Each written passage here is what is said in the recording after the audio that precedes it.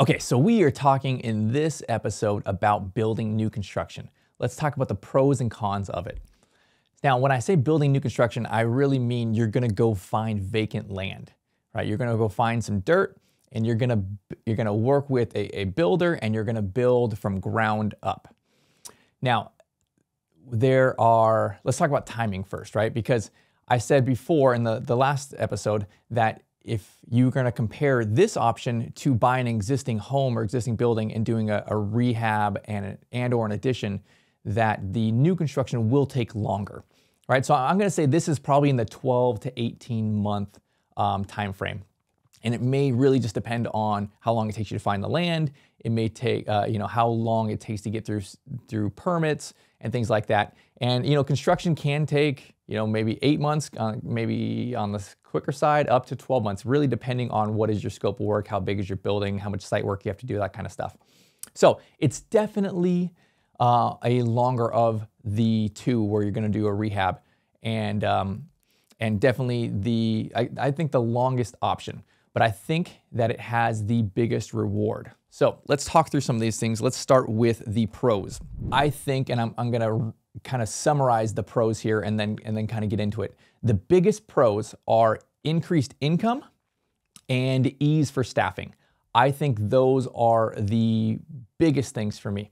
I will make more money, net profit, from having a purpose-built assisted living, and my staffing will be easier. Their caregivers, their actual day-to-day job will be easier by having a building that is designed for it, which makes it way easier for you because you're not always hiring constantly, training constantly, having to pick up overtime shifts because your staff, really have a hard time doing their job and it's difficult and they quit. Those are the two main pros. So let me unpack this a little bit.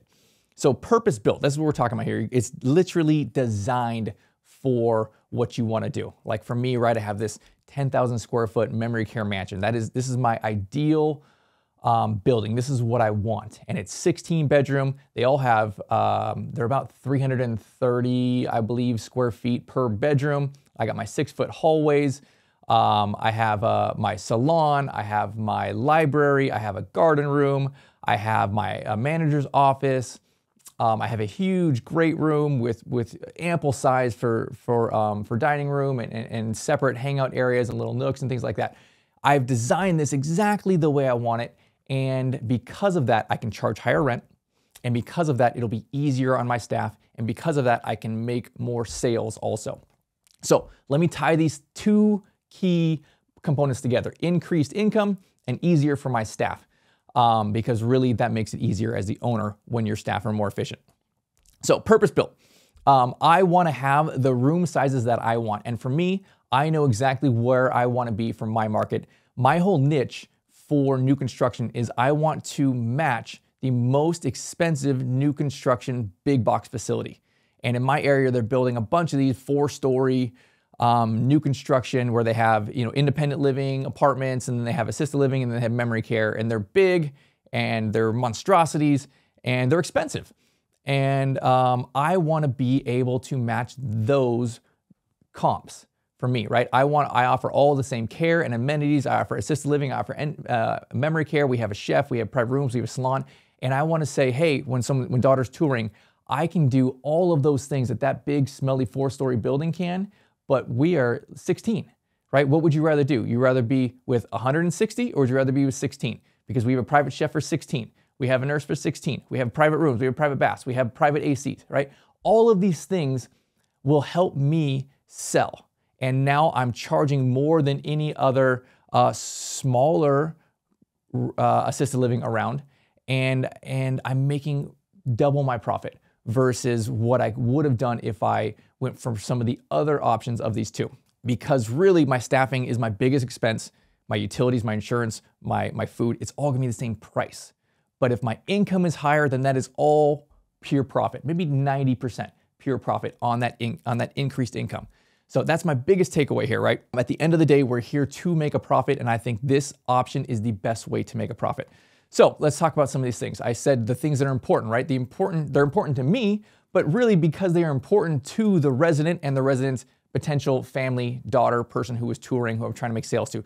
they want their own private room. They don't want a little dinky closed like kid-sized bedroom, 10 by 10, right? Like our bedrooms are very large and they have nice closets, and I have a built-in fireplace, electric fireplace in it, and they have a TV on the wall and accent walls, and I can do all of these custom things when it's purpose-built. They have their own full-size bathroom, their own shower, and then for me, I think showers can go either way. You don't necessarily have to have a private shower, especially if you're doing memory care, but sometimes families do want their own private shower for their loved one. But they definitely want their own bathroom, at least a half bathroom. So that's why I'm designing this way, right? So bedrooms, bathrooms, their own AC. Everyone's gonna want their own AC. Some people are gonna be freezing. Most of them are gonna be freezing. A couple of them are gonna be hot all the time.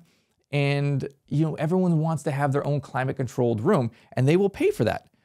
Laundry, man, we're building 2 laundry rooms in each mansion because it's such a problem, right? Like the staff gets backed up, clothes get mixed everywhere. So if I can purpose build this stuff, this goes back to the other side of this coin, is making it easier for my staff. And then what else? The office, right? If you just start with an existing home, man, do you have space for an office? Because you really need an office and you need all that storage. There's gonna be so much paperwork and activity stuff and uniforms for staff and all this kind of stuff that you need. And you really need an office and a good sized storage area.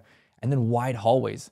Man, we're doing these, they're 6-foot hallways, and we have glass walls on one side of it, so it doesn't feel like a big facility. And we cut the hallways up, and we put like a library in the middle of the hallway and a garden room on the other side, so we don't have these long, gross hallways. But you can solve some of these problems if you think outside the box and you're building purpose built. So again, it's helping me do one of 2 things: increase my rents or make it easier on my staff, which keeps myself and my wife out of the assisted living and focusing on our kids and our family. And because of these things, we barely have to go into the assisted living, right? We have our managers that run the whole thing, and it makes it very easy. So those are the 2 things that I'm trying to set up.